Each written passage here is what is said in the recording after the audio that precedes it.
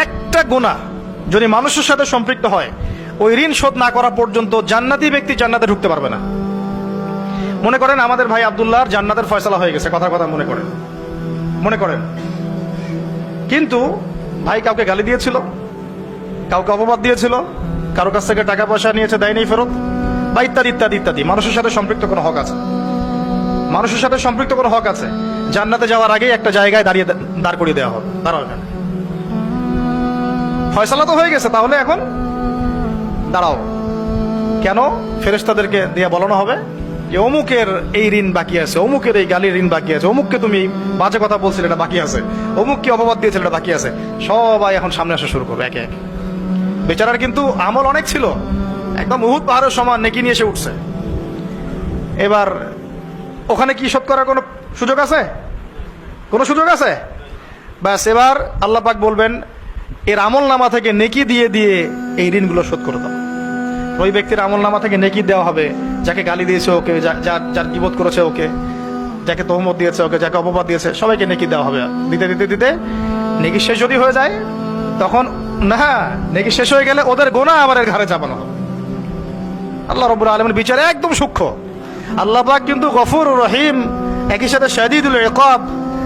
আল্লাহ পাক পরম করুণাময়, অসীম দয়ালু, আবার কঠিন শাস্তিদাতাও বটে। আল্লাহ পাক কারো প্রতি জুলুম করেন না, এক জাররা পরিমাণ জুলুম হবে না। অন্য হাদিসে আসছে একটা শিংওয়ালা ছাগল দুনিয়াতে একটা শিং ছাড়া ছাগলকে গুতা দিয়েছিল। আমার শিং আছে, ওই যে পাওয়ার আছে আমার, দিলাম তোকে গুতা। এটাই তো কাজ দুনিয়ার, যার কাছে পাওয়ার আছে, আমার কাছে পাওয়ার আছে, নে তোকে গুতা দিলাম। ওই ছাগলও ওই কাজ করছে। আল্লাহ পাক কিয়ামতের মাঠে ওই শিংহীন ছাগলকে শিং দিয়ে বলবেন এবার একে গুতা দিয়ে পরিশোধ করো। হিসাব এতটুকুই, এরপরে ওরা মাটি হয়ে যাবে, জান্নাতও নাই জাহান্নামও নাই। ওরা তো বেঁচে গেল, নাকি গুতা খেয়ে বেঁচে গেল। এবার এই ব্যক্তি সমস্ত আমল নামার গুনাহগুলো এবারে ঘাড়ে চাপানো হবে। তখন দেখা যাবে যে শুরুতে অনেক নেকি নিয়ে উঠেছিল, কিন্তু পরে এই ব্যক্তি জাহান্নামে চলে গেল, ওরা জান্নাতে চলে গেল। আমরা কি এটা চাই? ভাই আল্লাহর সাথে যত পাপী থাকে থাক, এটা একটা সেজদায় মাফ হতে পারে ইনশাআল্লাহ। আল্লাহ পাকের সাথে অনেক পাপ আছে আমাদের, মনে করে নামাজ পড়ি নাই, রোজা রাখি নাই, যাকাত দেই নাই, ইত্যাদি ইত্যাদি অনেক পাপ, আল্লাহর হক অনেক নষ্ট করেছে। একটা সেজদা যদি কবুল হয়ে যায়, একটা ইস্তেগফার যদি কবুল হয়ে যায়, ইনশাআল্লাহ সব গুনাহ মাফ হয়ে যাবে।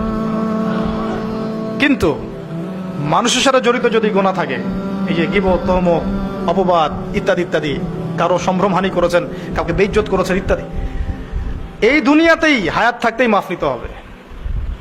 পরকালে এগুলো শুধরানোর কোনো সুযোগ নাই। আর এই অনলাইনের যুগে এটা এত বেশি বেড়ে গেছে যে আমরা এটাকে মুরগির মতো মনে করি। ইচ্ছা হইলে বলে দিলাম, ইচ্ছা হলে কমেন্ট করে দিলাম, যা ইচ্ছা তাই বলে দিলাম। আল্লাহ পাক আমাদেরকে বোঝার তৌফিক দান করুন, আমিন।